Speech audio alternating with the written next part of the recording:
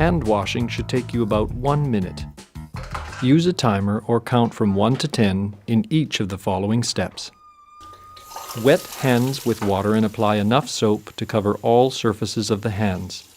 Let the water run smoothly to avoid touching the tap later on. Rub hands palm to palm to obtain a good quantity of foam. Then rub right palm over the back of left hand with interlaced fingers, and vice versa. Rub again palm to palm with fingers interlaced. Rub the back of your fingers to opposing palms with fingers interlocked, repeating this action for each hand. Rub rotationally left thumb clasped in right palm, and vice versa. To clean the tips of the fingers, rub rotationally backwards and forwards with clasped fingers of right hand in left palm, and vice versa. Rinse hands thoroughly with running water.